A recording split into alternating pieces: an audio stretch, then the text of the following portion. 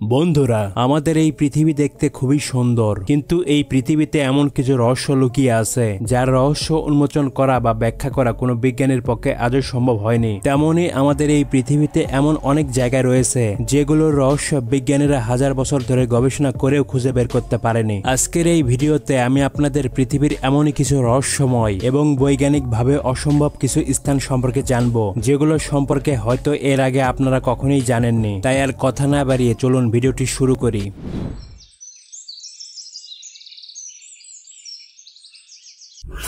Mount Roraima.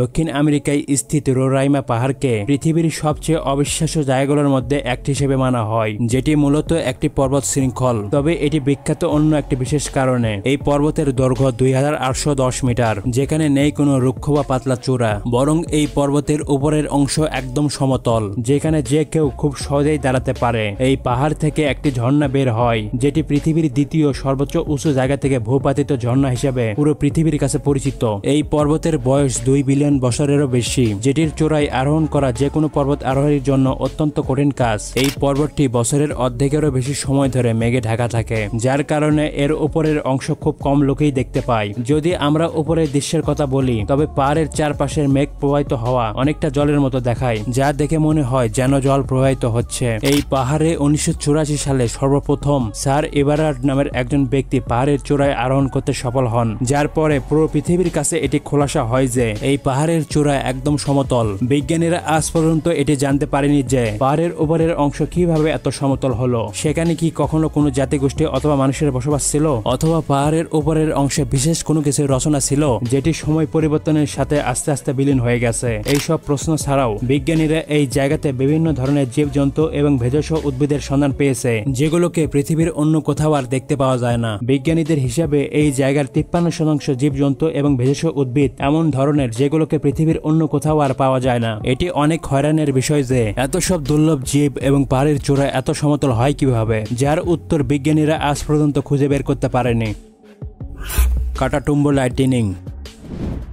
যদি আপনাকে আমি বলি পৃথিবীর এমন একটি জায়গা আছে যেখানে বজ্রপাত এবং তুফান কখনোই থামে না, তাহলে আপনি কি আমার এই কথাই বিশ্বাস করবেন? ভেনেজুয়েলার পশ্চিম অংশে কাতাতুম্বো নদীর উপর সারা বছর ধরে এমন এক ধরনের বজ্রপাত এবং তুফান হয় যা আজ পর্যন্ত থামেনি। আসলে কথাটি হলো, এখানে প্রত্যেক দিন সন্ধ্যা 7টার কাছাকাছি সময়ে বজ্রপাতের সাথে সাথে ভয়ঙ্কর তুফান শুরু হয়, যা সারা দিনে প্রায় 9 ঘন্টা যাবৎ চলে এবং প্রতি মিনিটে প্রায় 16 থেকে 40 বার বজ্রপাত হয়। আর এটি বছরে প্রায় 140 দিন থেকে 160 দিনের মতো সময় ধরে চলতে থাকে। যদিও এটি পুরো সালের অর্ধেক সময় ধরেও হয় না, কিন্তু বজ্রপাত এবং তুফানের মতো ভয়ঙ্কর ঘটনা পৃথিবীর বাকি অংশে বছরে 20 বারও হয় না, আর যা এখানে প্রায় আধা বছর ধরে একটানা চলতে থাকে। বিজ্ঞানীদের ধারণা অনুযায়ী এই শহরের চারপাশের ইউরেনিয়াম পার থাকার কারণে এই তুফানের সৃষ্টি। 2010 সালের জানুয়ারি থেকে মার্চ মাস পর্যন্ত এখানে হঠাৎ করেই তুফান থেমে যায়। তখন লোকজনেরা মনে করতে থাকে হয়তো এখানকার তুফান একেবারে বন্ধ হয়ে গেছে, কিন্তু লোকজনের এই অনুমানটি পরবর্তীতে ভেঙে যায়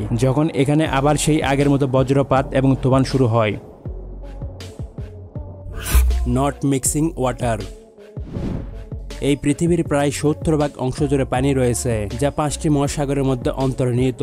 এই মহাসাগরগুলো পৃথিবীর আলাদা আলাদা জায়গায় একে অপরের সাথে মিলিত হয়, কিন্তু প্রশান্ত মহাসাগর এবং আটলান্টিক মহাসাগরের মিলন হওয়াটি সবচেয়ে অদ্ভুত এবং বৈচিত্র্যময় একটি ঘটনা। এই দুইটি মহাসাগর আলাস্কা উপসাগরে মিলিত হয়, তবে এই দুইটি মহাসাগরের পানি কখনোই একত্রে মিশ্রিত হয় না। আর এই বিশেষ বৈশিষ্ট্যের কারণে এই দুইটি মহাসাগরকে দূর থেকে দেখে যে কেউ আলাদা করতে পারে। হয়রানের বিষয়টা হলো এই যে এই দুই মহাসাগরের মধ্যে কোনো পার্টিশন বা দেয়াল থাকে না, কিন্তু তারপরেও এই দুই মহাসাগরের পানি কখনোই একত্রে মিশ্রিত হয় না, বরংস একটি বর্ডার লাইনের মতো একটি লম্বা লাইন দেখতে পাওয়া যায়। বিজ্ঞানীদের ধারণা প্রশান্ত মহাসাগর এবং আটলান্টিক মহাসাগরের পানি আলাদা আলাদা জায়গা থেকে প্রবাহিত হওয়ার কারণে এই দুইটি মহাসাগরের পানির লবণের মাত্রা এবং অন্যান্য যৌগের মাত্রা আলাদা আলাদা। বেশি ঘনত্বের লবণের পানি কম ঘনত্বের লবণের পানির সাথে একত্রে মিশ্রিত হতে পারে না বলে দুইটি সমুদ্রের পানির রং আলাদা আলাদা দেখায়। এছাড়া পানির তাপমাত্রা, ঘনত্ব এবং সূর্যের রশ্মি আলাদা আলাদা প্রতিফলিত হওয়ার কারণে প্রশান্ত মহাসাগর এবং আটলান্টিক মহাসাগরের পানি কখনোই একত্রে মিশ্রিত হয় না। Devil's Kettle. ডেভিলস ক্যাটেল হলো এমন একটি রহস্যময় স্থান যার রহস্য উন্মোচন করার জন্য বিজ্ঞানীরা অনেক চেষ্টা করেছে, কিন্তু তারপরেও সঠিক কোনো সিদ্ধান্তে তারা আজও পৌঁছাতে পারেনি। মার্কিন যুক্তরাষ্ট্রের মিনেসোটা রাজ্যের বুরুল নদীর পানি পাহাড়ের উপর দিয়ে যাওয়ার সময় বড় পাথরের কারণে দুইটি আলাদা অংশে ভাগ হয়ে যায়, যার এক অংশ 800 ফুট উপর থেকে ঝর্ণা হিসেবে মাটিতে এসে পড়ে, আর অন্য অংশটি সেখানকার পাথরের ভিতরে তৈরি হওয়া একটি বিশাল গর্তের মধ্যে পড়ে। নদীর বাকি অংশের পানি যেটি বিশাল ওই গর্তের মধ্যে পড়ে, সেটি গর্তের মধ্যে পড়ে কোথায় যে যায় সেই সম্পর্কে কেউ কিছু বলতে পারে না। গবেষকরা মনে করে গর্তের মধ্যে যে পানিটি পড়ে সেটি হয়তো আশেপাশের কোনো বড় লেকের ভিতরে যায়। এর জন্য একবার তারা একটি পরীক্ষা চালায়। তারা ওই গর্তের ভিতরে অনেক ধরনের রং ঢেলে পানির সাথে মিশিয়ে দেয়, যাতে করে পানি যদি লেকের ভিতরে যায় তাহলে সঠিক কোন জায়গাতে গেল সেটি জানা যাবে। কিন্তু তাদের এই পরীক্ষাটি বিফল হয়ে যায়, কারণ আশেপাশের কোনো লেকেই তারা কোনো রং দেখতে পায় না। তারা পরবর্তীতে আরো একটি পরীক্ষা চালায়। এই সময়ে অনেকগুলো প্লাস্টিকের বল নিয়ে এসে বিশাল এই গর্তের মধ্যে ফেলে দেওয়া হয়, কিন্তু এইবারেও তারা কোনো ফলাফলে পৌঁছাতে পারেনি, যার কারণে এই জায়গাটি বিজ্ঞানীদের কাছে আজও একটি রহস্য। পেট্রিফাইং ওয়েল। আমরা অনেকেই হয়তো ছোটবেলায় একটি গল্প শুনেছি, এমন একটি কুয়া ছিল যেখানে কোনো কিছু ফেললে সেটি সোনা হয়ে আবার মানুষের কাছে ফিরে আসতো। যাই হোক, যদিও এটি একটি কল্পকাহিনী ছিল, কিন্তু এর বাস্তবিক প্রতিচ্ছবি আমাদের এই পৃথিবীতেই বিদ্যমান আছে। পৃথিবীতে এমন একটি কুয়া আছে যেখানে কোনো বস্তু পড়ে গেলে সেটি পরিবর্তিত হয়ে অন্য রূপ ধারণ করে। এই কুয়াটি বস্তুকে যদিও সোনায় পরিবর্তিত করে না, তবে এটি বস্তুকে অবশ্যই পাথরের পরিবর্তিত করে দেয়। পেট্রিফাইং নামের এই কুয়াটি ইংল্যান্ডের উত্তরের এক শহরের নারেসবরোতে অবস্থিত। এই কুয়ার ভিতরে যদি কোনো বস্তুকে ফেলে দেওয়া হয় তাহলে সেটি 5 থেকে 6 মাস পরে পাথরের রূপ নেয়। এই কুয়ার ভিতরে মানুষ টেডি বিয়ার থেকে শুরু করে সাইকেল পর্যন্ত দিয়ে দেখেছে, কিন্তু সকল বস্তুর পরিণতি 5 থেকে 6 মাস পরে একই রকম হয়েছে। প্রথমে মানুষ এই ঘটনাকে অলৌকিক শক্তি বা জাদুটনা মনে করত, কিন্তু পরবর্তীতে যখন বিজ্ঞানীরা এই কুয়ার উপর পরীক্ষা চালায় তখন এই কুয়ার রহস্য সবার সামনে চলে আসে। এটি আসলে পানিতে উপস্থিত উচ্চ মাত্রার খনিজ পদার্থের জন্য হয়, যার সংস্পর্শে কোনো বস্তু এলে সেটি একটি বিশেষ প্রক্রিয়ার মাধ্যমে পাথরের রূপ নেয়। Mystery spot.